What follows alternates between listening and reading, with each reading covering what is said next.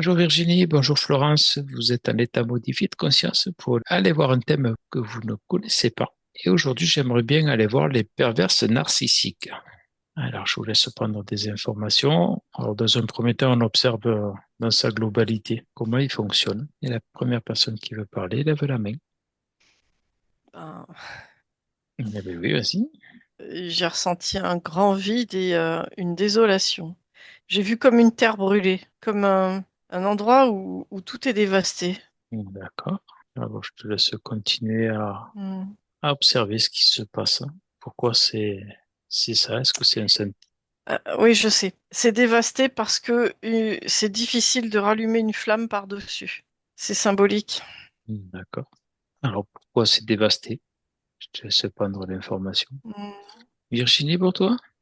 Pour moi, c'est une guerre intérieure. C'est une presque une haine de soi qu'on met en miroir, pardon, sur l'autre.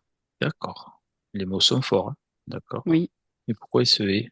c'est des blessures, des traumas, des choses qu'il a vécues ou qu'on lui a fait vivre dans l'enfance, hein, en général, D'accord. et qu'il, on lui a fait croire sur lui-même, donc il a intégré. D'accord. Je te laisse observer ce mécanisme, comment c'est créé. Et puis, tu prends une personne qui veut bien se présenter, l'inverse narcissique, et regarder la première fois où quel événement, pour cette personne-là, ça a créé son début de perversité. Florence, pour toi? Alors, comme le disait Virginie, enfin c'est comme ça que je l'ai compris, c'est quelqu'un qui a souffert dans son enfance et je ne vois pas quelqu'un. Ça m'a dit non. J'ai demandé, est-ce que ça peut être quelqu'un qui a vécu un traumatisme dans une vie antérieure? Et ça me dit que le pervers narcissique, il a vécu ce qu'il a vécu dans ses vies antérieures, mais c'est sa vie actuelle qu'en fait un pervers narcissique. C'est pas si un traumatisme a été vécu avant, il n'est pas perverse narcissique dans cette vie. Il a des problèmes, D'accord. mais pas, voilà. Et pour moi, c'est quelqu'un qui est resté dans l'enfance parce qu'il attend de vivre son enfance, de vrai enfant. Il n'a pas grandi. C'est un enfant triste, c'est un enfant dévasté. C'est une enfance dévastée. Et il est resté à ce stade. D'accord. Donc, si je dois reformuler, c'est pas un choix d'incarnation d'être comme ça, mais c'est ce Ah, qui. attends, attends, j'ai pas dit ça, je ne sais pas. D'accord. Alors, c'est la question que je te pose. Est-ce que ça peut être un Oui, choix oui, d'accord. d'incarnation? Ok. D'accord, je te laisse regarder. Mm. Virginie, pour toi, quel type d'événement tu aurais pu avoir? Des moqueries, des bizutages, des mots qui blessent en Non. groupe en général contre lui seul. Mhm. C'est des enfants qui sont coincés dans des corps d'adultes, Mm. des hypersensibles en tout cas. D'accord. Mais concernant ta question de choix d'incarnation, oui, oui, ça peut être tout à fait un choix d'incarnation pour lui et pour l'autre. D'accord, Virginie. Quelles sont les caractéristiques d'une relation d'emprise avec ces perverses narcissiques, puisqu'on a compris que c'était intérieurement depuis leur naissance? Je te laisse prendre l'information. Florence, pour toi? Je sais la question que tu m'as posée, hein, je m'en rappelle. Mhm. Mais juste pour compléter le tableau, là, il a pu recevoir des brimades de camarades de classe. Effectivement, il y a le harcèlement scolaire.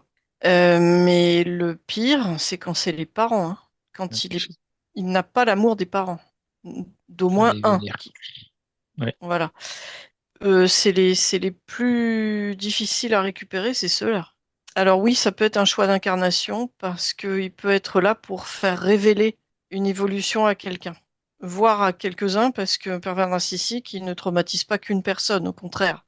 Mhm. Il détruit au fur et à mesure. Donc, il peut venir pour aider plusieurs personnes. Enfin, c'est bizarre de dire ça, mais pour aider plusieurs personnes, oui. D'accord. Pour moi, ça me paraît juste ce que tu dis. Parce D'accord. qu'une fois qu'il a mis quelqu'un, alors ce que je vois, c'est que il va s'attaquer à quelqu'un, il va lui prendre toute son énergie, mais une fois que l'énergie est prise, tant qu'il peut en prendre, il reste. Quand il ne peut plus, parce que ça y est, la personne a appris la leçon, il est le premier à fuir. D'accord.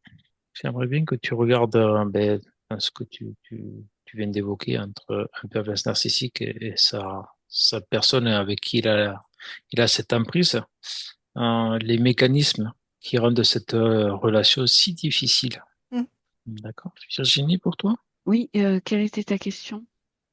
Les caractéristiques, comment on peut décrire ou expliquer Que- une relation avec l'emprise d'un pervers narcissique? Ce sentiment de possession, de pouvoir sur l'autre. En fait, ce qu'il a vécu et qui a déclenché ça, il va le faire vivre à l'autre qui essaye de l'aimer. Je dis bien qui essaye de l'aimer parce que c'est compliqué. Et cette personne-là qui lui donne de l'amour, il va la rejeter parce que lui-même ne s'aime pas. Il a une haine contre lui-même qui Mhm. est ancrée. Et en fait, cette personne qui l'aime, il se dit que c'est pas possible. C'est pas possible. Donc, il va la challenger jusqu'au plus haut point pour voir si elle l'aime vraiment, si elle va rester, quoi qu'il fasse. Et en même temps, il y a cette emprise qu'on a eue sur lui. Il va la voir sur cette personne et il va lui faire autant de mal que lui, il en a eu. D'accord. Du coup, le pervers narcissique, est-ce qu'il a qu'un schéma, vraiment ce schéma destructeur de l'autre, ou il a d'autres schémas à côté, il peut développer d'autres. Alors, je ne vais pas dire le mot stratégie parce que je pense on n'est pas là-dedans, même si. Est-ce qu'il a une autre manière de fonctionner, à part l'attaque directe et détruire l'autre? Je te laisse observer, Virginie. Florence, c'est pour toi? Oui, les mécanismes. En fait, c'est un chasseur. C'est quelqu'un qui va observer. Pour moi, c'est un excellent psychologue. Il arrive à classer les personnes et il ne va pas s'attaquer à quelqu'un qui est tout à fait à l'aise dans sa vie, dans son corps, dans sa mentalité. Il va pas s'attaquer. Il sait qu'il n'est pas de taille et c'est pas ça qu'il cherche. Il va chercher la personne qui est vraiment très gentille, qui a le cœur sur la main et qui va pouvoir effectivement faire en sorte qu'il soit le centre du monde de la personne, qu'elle n'ait plus que lui en tête, qu'elle ait besoin de le sauver, qu'elle ait envie de le sauver. Donc au début, il va se plaindre, il va lui montrer à quel point il est misérable, sauf que c'est un masque, mais il va trouver les mots et la personne va lui tendre la main. Et c'est à ce moment-là qu'elle tombe dans le piège. Parce qu'en plus, il va d'abord lui dire, il se montre pas comme il est, donc il va l'hameçonner avec des paroles flatteuses pour la personne. Souvent, c'est pas que des personnes hypersensibles qu'il va aller voir, c'est des personnes qui sont déstabilisées dans leur vie. Il est vraiment lâche parce que il prend des personnes faibles. Il s'attaque aux personnes faibles. C'est tellement plus facile pour lui. Il prend aucun risque. C'est quelqu'un qui a peur du risque. Il a très peur du risque. Mais il Mhm. a besoin de se sentir vivre. Du coup, voilà, ces personnes en état de faiblesse, il va aller les voir, il va leur dire combien elles sont super, qu'il est jamais tombé sur quelqu'un d'aussi bien et tout, et lui, il est au plus mal, et que voilà. Et là, la relation de victime-bourreau-sauveur, enfin Mhm. bourreau-victime-sauveur, Crée commence un à closet par s'installer. femme. Et là, le piège, il se referme. Mais le piège, il est jamais pour la vie. Il peut être long. Alors, il peut aller jusqu'au décès d'un des deux, mais souvent, au bout d'un moment, il va couper la personne de ses proches. Mais à un moment donné, elle va se sentir pas heureuse, la personne, elle va se sentir isolée, elle va ouvrir les yeux et voir qu'elle a plus personne autour d'elle, et là, elle va commencer à comprendre. C'est un schéma qui peut pas arrêter et qui doit répliquer X fois. Par contre, il est très bon à ça parce que il a même pas besoin de réinventer un personnage. C'est le même personnage qui joue face au même type de personne. Et c'est là où je te dis, c'est un chasseur parce que il scrute. Il a besoin.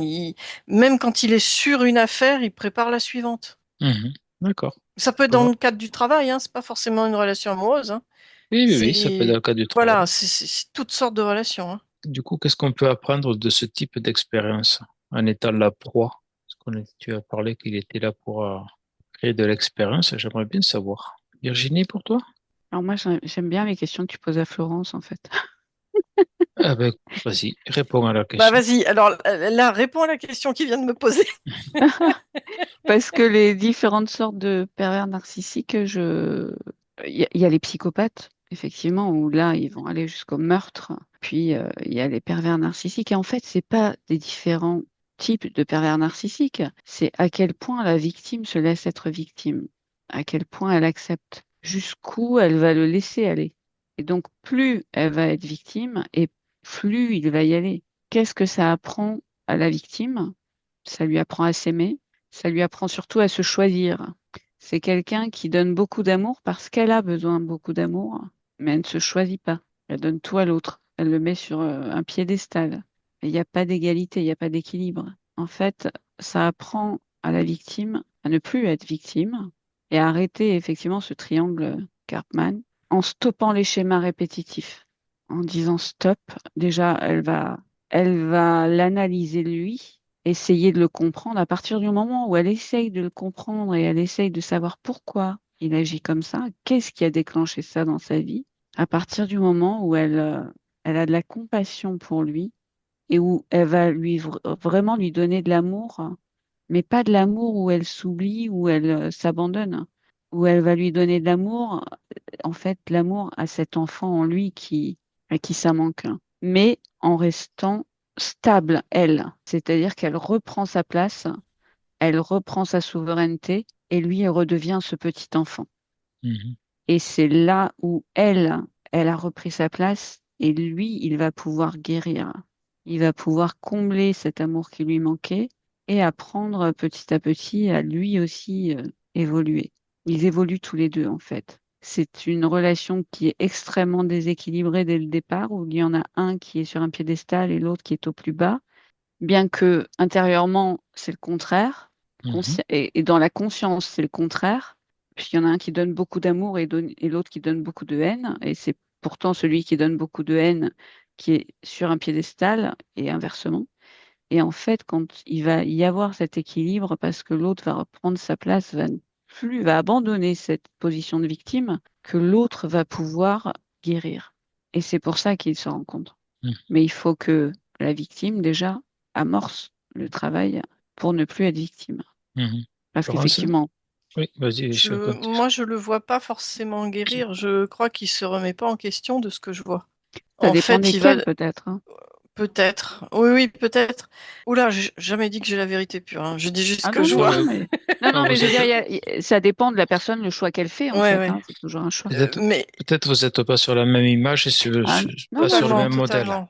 Bon, Ouais, totalement. chacun dit ses perceptions et c'est très bien, hein. Ça Non, non, Oui, oui. diversifie, hein. Oui, oui, oui.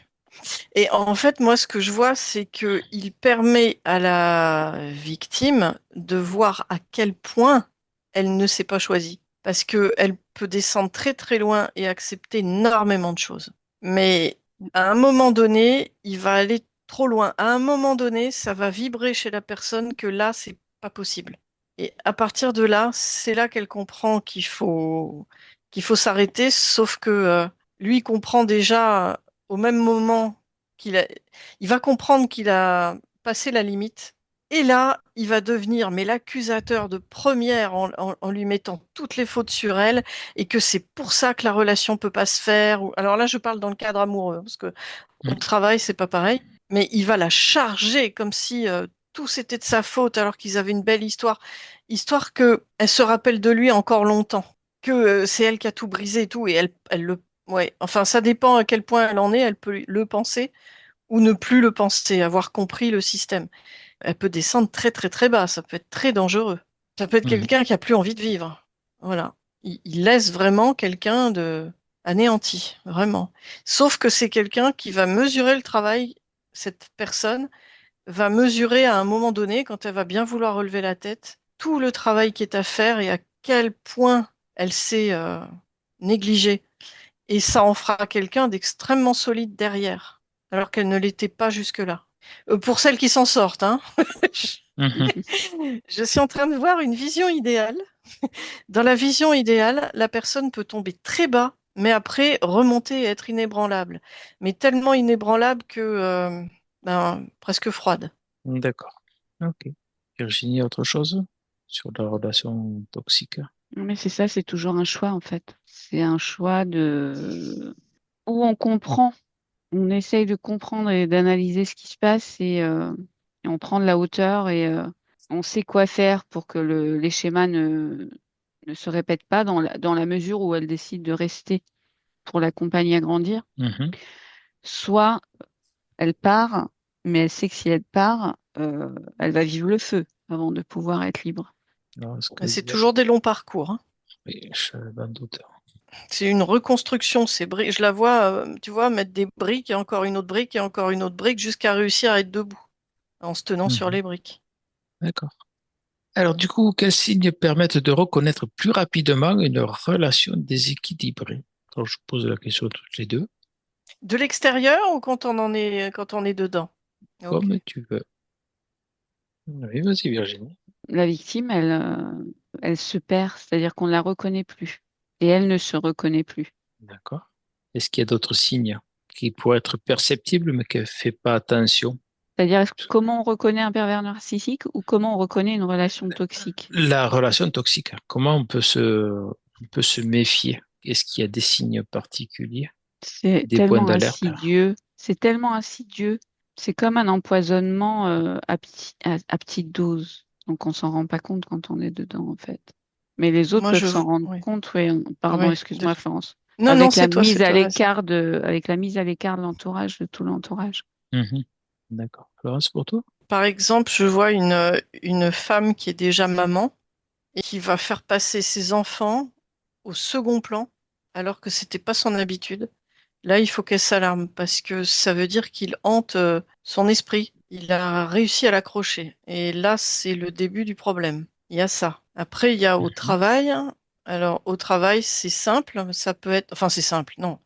Alors, il y a plusieurs types, mais le type insidieux, c'est celui qui va d'abord aussi te faire des compliments, mais pour mieux te coincer plus tard par exemple, il peut te donner un sujet porteur pour te faire des croche-pieds et pour dire mais qu'est-ce que t'as fait? Mais c'est pas comme ça et te faire perdre la tête que tu sais plus. Bah, à partir du moment où vraiment tu ne te fais plus confiance, il y a un problème vraiment. Si dans une relation tu ne te fais plus confiance et tu te reconnais plus, comme tu dis, tu te reconnais plus, tu as perdu tes repères, là, c'est pas bon.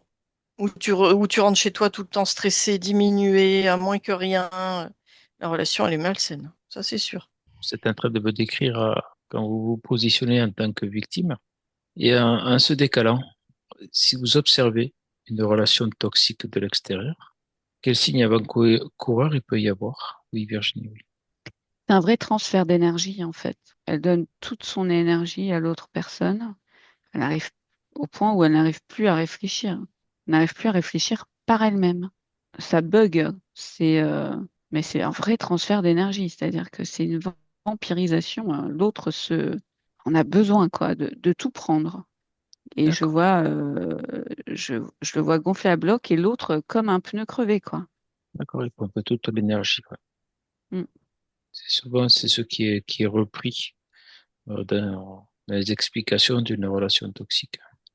De manière subtile, il n'y a plus d'ancrage et il n'y a plus de reliance, hein. C'est au fond du gouffre, quoi. C'est une très, très vilaine période pour pour la victime, hein. D'accord. Mm. Il n'y a plus de connexion.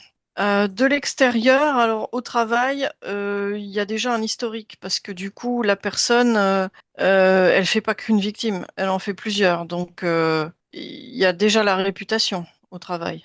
Mhm. On voit des signes d'humiliation qui sont pas normales, des propos tenus en pleine réunion devant tout le monde, où c'est le responsable de la personne, il aurait pu lui dire entre quatre yeux, et au final, il profite d'une réunion pour le rabaisser devant tout le monde. Alors ça c'est. Là, tu peux être sûr qu'il te veut pas du bien quand il fait comme ça. Alors, dans les relations personnelles, les gens voient, ça veut dire que souvent, ce sont les amis de la victime ou les proches de la victime qui voient qu'elle n'a plus sa tête et qu'elle ne réagit plus comme avant. Bien souvent, ils connaissent pas, ils ne croisent même pas le pervers. Des fois oui, parce qu'il s'immisce en plus. Des fois, il aime se renseigner sur l'entourage pour pouvoir bien casser l'entourage. Mais des fois, ils le connaissent même pas, ils l'ont jamais vu, mais ils voient juste que la personne n'est plus du tout avec eux, quoi. Mhm. Un peu un zombie. Exactement. D'accord. Alors, je pense que la question que tout le monde se pose, comment s'en protéger? Y a-t-il plusieurs façons? La question est ouverte. Ouais.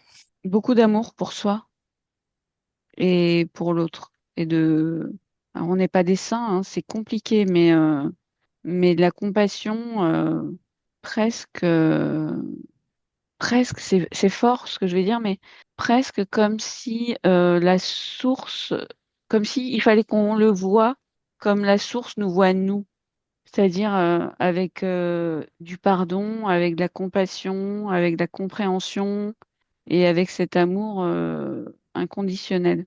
Et en même temps, beaucoup d'amour pour nous-mêmes et de la souveraineté, reprendre sa souveraineté, son énergie. C'est Mhm. compliqué, mais ça peut se Oui, faire. ça, Euh, ça m'a l'air logique tout ça. pour moi, on peut s'en protéger, mais il faut beaucoup de volonté parce que bien souvent, les victimes, elles ont, elles trouvent dans le début de la relation quelque chose qu'elles ont presque attendu toute leur vie, quoi. Une sorte de reconnaissance, une sorte de, comme on les caresse dans le sens du poil pour les appâter, alors qu'elles sont pas sûres d'elles, c'est très compliqué de résister. Alors résister, ce serait écouter ses amis, parce que les amis sont de bons conseils. Et s'ils disent quelque chose, il faut pas dire ouais, t'es jalouse, tu te trompes. Il faut quand même se poser un moment et dire mais pourquoi elle dit ça? Pourquoi elle m'a dit ça?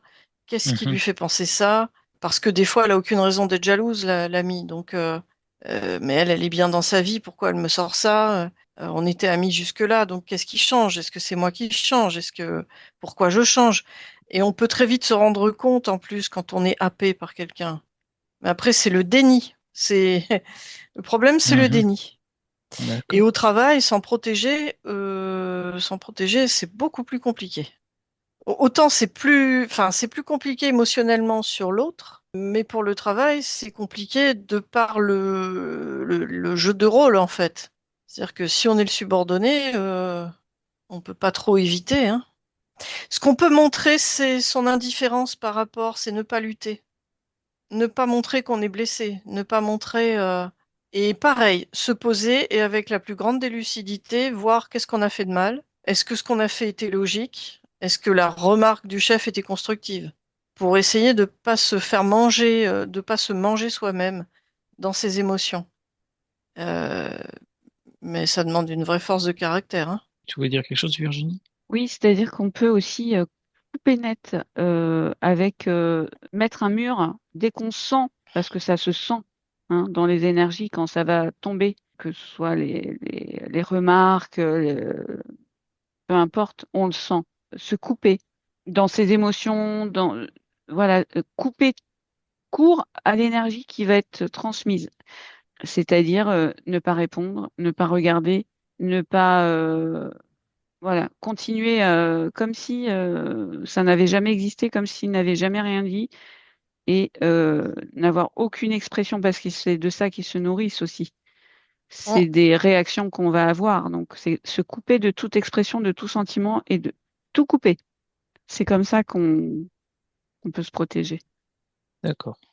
Je voudrais revenir sur quelque chose qui a été dit au début, que j'arrive pas à remettre en relation à ce que Virginie, tu viens de dire, de lui envoyer beaucoup d'amour. Au début, tu as dit qu'il ne supportait pas de recevoir de l'amour. Est-ce que c'est Mm. pas faire une spirale Alors, quand je parle d'envoyer beaucoup d'amour, je parle d'envoyer beaucoup d'amour. Ce n'est pas lui montrer beaucoup d'amour. C'est-à-dire que D'accord. avec le cœur, en conscience, lui envoyer beaucoup d'amour. Euh, Ça peut être des prières pour lui, ça peut être des prières pour que il puisse s'aimer, ça peut être voilà, c'est en conscience lui envoyer beaucoup d'amour, mais pas lui montrer. Alors surtout pas lui montrer beaucoup d'amour D'accord. à ces genres de personnes-là, c'est surtout pas la chose à faire. Mais lui envoyer beaucoup d'amour en conscience, oui. D'accord. je Alors, peux dire quelque chose? oui, vas-y. Euh, ce que je vois, c'est que dans la relation de couple, on va dire, Mhm. la victime, au début, elle a l'intuition que ça va pas, mais elle ne s'écoute pas. Et après, elle perd la relation, elle perd l'intuition. Mais au début, il y a déjà quelque chose de pas normal qui pourrait l'alerter. Ça va trop vite, c'est trop beau trop vite, Absolument. c'est trop beau C'est trop trop beau, vite. trop vite. Exactement. Ouais, ouais. C'est le premier Et elle signe le pour celles sent, qui veulent quelque pas part, elle le rentrer. sent. Ouais, Mm. ouais. Et même énergétiquement, si elle est un petit peu dans le subtil énergétique, alors elle le sent tout de suite. Mhm. Et après, il y a une histoire de déni, c'est ce que j'ai dit tout à l'heure. Mm. Mm, Oui, parce qu'en fait, c'est comme des caméléons. mm. Ils vont être le prince charmant, ils vont être tout ce qu'on attend depuis toujours. Mais on se dit, c'est pas possible, mais t'étais passé où? T'étais où? Je t'ai attendu toute ma vie. Mais en fait, ils vont dire à la personne tout ce qu'elle a toujours voulu entendre. Et elle va être tout ce qu'elle a toujours voulu être aux yeux d'un homme ou d'une femme. Donc, c'est vivre son conte de fées, quoi. Ah ouais, c'est ça, c'est le conte de fées. C'est tout le mal qu'on nous fait à nous raconter des contes de fées petits. Mhm. Là, on a le prince charmant qui arrive et alors, ouais. Ouais, c'est dur de lutter, hein, Mm. D'accord. mais Alors, ça n'a juste, qu'un temps. d'accord. Comme Florence, comment reconstruire l'estime de soi et allumer sa lumière? Comment se reconstruire tout simplement?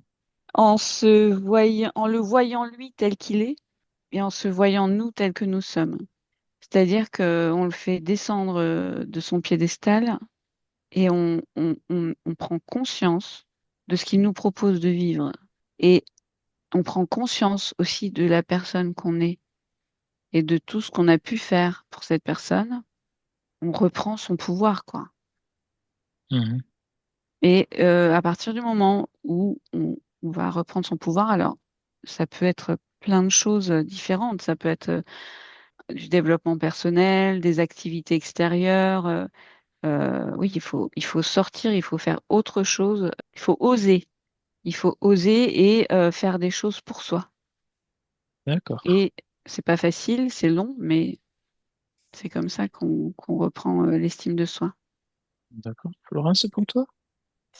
Alors déjà, la première étape, c'est de réaliser à quel point on ne vit plus. Parce qu'après une telle aventure, on est quasi sans flamme à l'intérieur, quoi.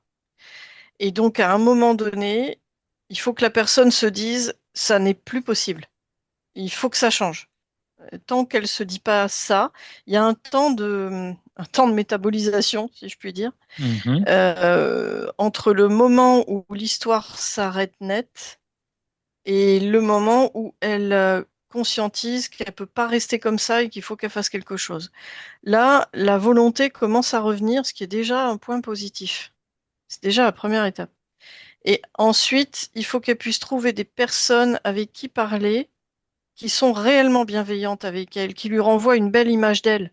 Mm. Parce qu'au début, elle n'est pas capable de se regarder dans le miroir et de se dire, ben si, je suis quelqu'un qui a de la valeur. Parce qu'à ce moment-là, c'est son rêve d'enfance qui s'est écroulé.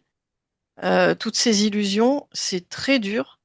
Et c'est bien d'être entouré par des gens fiables, qui vont être bienveillants et qui vont la porter, jusqu'au moment où elle pourra se porter elle-même. Au D'accord. travail, c'est moins évident. C'est moins évident. Parce que là, tu as les collègues qui vont pas oser se mouiller, qui vont aussi, ils peuvent épauler la personne, mais en dehors du travail, derrière, après. En disant, ben, on sait bien, on a entendu parler qu'il avait fait ça à d'autres, que, en fait, on a besoin de quelqu'un pour nous remonter au début. Après, on peut faire la suite seul. Mais je vois pas quelqu'un remonter tout seul. D'accord. Ça existe certainement. C'est pas la personne que je vois. C'est pas le cas que je Compliqué au regarde là. travail, hein. Au travail, moi, je Ah ouais, c'est dirais dur, hein? Mm. changer de travail, hein. Alors, peut-être en vous posant la question, quelles sont les limites essentielles à poser? On va prendre le monde du travail, puisque c'est là où ça a l'air le plus Mm. compliqué. Ah, c'est là où ça accroche parce que, oui, il faut souvent quitter, hein. Il faut souvent partir, hein. Changer de poste, hein, pas forcément de société, mais changer de poste. Mm. D'accord. Parce que lui, il changera pas, hein. D'accord. Ou Si alors c'est foncer hiérarchique, dedans, hein. hein. Oui, oui, oui, je parle dans la hiérarchie, oui. Ou Il changera pas comme ça. Oui. oser lui répondre, hein. Parce que souvent, ces personnes, elles trouvent culotté quelqu'un qui leur répond, mais c'est tout ce qu'elles attendent, hein. Oui, c'est vrai. Oui, mais alors, faut Et le faire c'est dès le là que début. le respect se force. C'est ça, dès le début. Ah bah oui, Oui, non, oui. Ah, dès le après début, c'est fichu. hein. Dès le Ouais, ouais. début, oui. Mm, mm. D'accord. Alors, c'est des conseils avec parcimonie, hein. Voilà. Il faut faire ça avec son cœur, hein. Oui, bien sûr. C'est Oui, vachement. chaque situation est bien Voilà. spécifique. Mais c'est Alors, sûr que quelqu'un qui est bien ancré, il va même pas aller s'attaquer à lui, quoi. Il va s'attaquer à quelqu'un qui doute, quoi. Ou alors pour se déverser, si c'est quelqu'un qui met souvent le parapluie, que tu doutes ou que tu doutes pas, il va tout te mettre dessus, hein. hmm. tellement il est insécure. D'accord. Alors, la dernière question pour ce sujet, j'aimerais savoir, enfin, j'ai l'impression qu'il y a ce schéma répétitif qui arrive plusieurs fois dans notre vie. Comment éviter de reproduire ces mêmes schémas relationnels? Ben, d'avancer tout de suite à la première étape.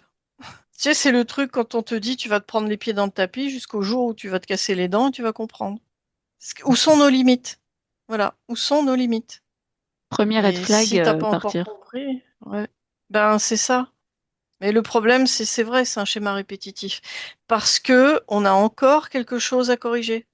Alors, moi, j'étais plutôt dans ça, dans l'expérience, on n'a pas eu la totalité de l'expérience et le schéma répétitif jusqu'à la leçon, comme tu dis, se prendre les pieds dans le tapis. Ouais, ouais. Tant qu'on n'est pas arrivé à ce niveau-là, et peut-être que des fois on l'aura jamais. Parce qu'on Ah, s'est ça, pas c'est bien choisi, hein. possible. Tant qu'on se Ouais. choisit pas, ça continuera. Le jour D'accord. où tu te choisis, mais il y a même plus de questions à se poser, puisque de toute façon, le premier qui va te faire penser que c'est un pervers narcissique ou qui va te faire un plan comme ils font, tu vas pas le laisser faire. Tu vas pas le laisser faire et tu prends la tangente directement parce que tu t'es choisi. Et tant que tu te choisiras pas et que tu accepteras des situations qui sont inacceptables, et ça peut être des choses insignifiantes. Et au départ, si tu te choisis pas, tu dis oh c'est pas grave. Non, non. Si tu te choisis, tu laisses pas passer. Et si tu laisses pas passer, ben ça va pas recommencer. Tu vois, tu parlais de choses insignifiantes, c'est surtout au travail. Alors là, oui, parce il va tester. Il va tester la réaction et il va pas y aller C'est ça. violemment au début. Mm. Là, c'est très très insidieux. Autant l'autre, il va faire la grande roue dans la relation personnelle, mais au travail, oui, il va jauger à qui il a affaire. Et donc, ça va être des petites choses au début. Parce qu'au travail, c'est trop flagrant, tu peux pas y aller. Il y a trop de spectateurs. Mhm. D'accord. Avant de clôturer, est-ce qu'il y a quelque chose qu'on n'a pas évoqué qui serait important de dire? Oui, Virginie. En fait, c'est vraiment ce triangle de Karpman. Alors, je reprends le triangle. Il faut sortir de ça. Enfin, on les sauvera jamais, ces gens-là. Et on se sauve pas soi-même, on se choisit, c'est tout, D'accord. Alors, ce qui me vient, c'est en se positionnant en position de victime, on les attire plus facilement. complètement. D'accord. Florence, c'est pour toi? Non, moi, ça m'a dit que tous les pervers, qu'ils soient narcissiques ou autres, c'est des enfants blessés. D'accord. Et que c'est bien aussi de ne pas passer sa vie à les détester. Il faut vraiment les regarder comme des êtres qui peuvent pas faire autrement. Il faut pas garder de la haine, de la rancœur, du ressentiment parce que c'est contre soi qu'on joue. Et ça sert à rien. Il faut se libérer de ça. Ok. Oui, oui, Virginie. Et dans le sens de Florence aussi, oui, effectivement, ce sont des relations qui finalement nous transforment. Et que Mhm. si on n'était pas passé par là, ben, on serait pas aussi forte qu'on l'est aujourd'hui. Oui, en vrai, au final, on les remercie, hein. Tout à fait. Presque. Ouais, ah ouais. Les les remercier, c'est passer un cap, hein. Je peux vous le dire. Mm. D'accord. Eh bien, merci Florence et merci Virginie. On va envoyer Merci. beaucoup d'amour inconditionnel universel aux personnes qui ont croisé ou qui croisent des pervers narcissiques. J'espère qu'on a pu un petit peu aider, au moins à comprendre le fonctionnement et pouvoir retrouver sa souveraineté. Voilà, ben, je vous remercie. N'hésitez pas à faire un commentaire bienveillant, ben, un petit peu sur ce qui a été dit. Ça peut être très intéressant pour nous aussi, avoir un petit regard autre que notre perception.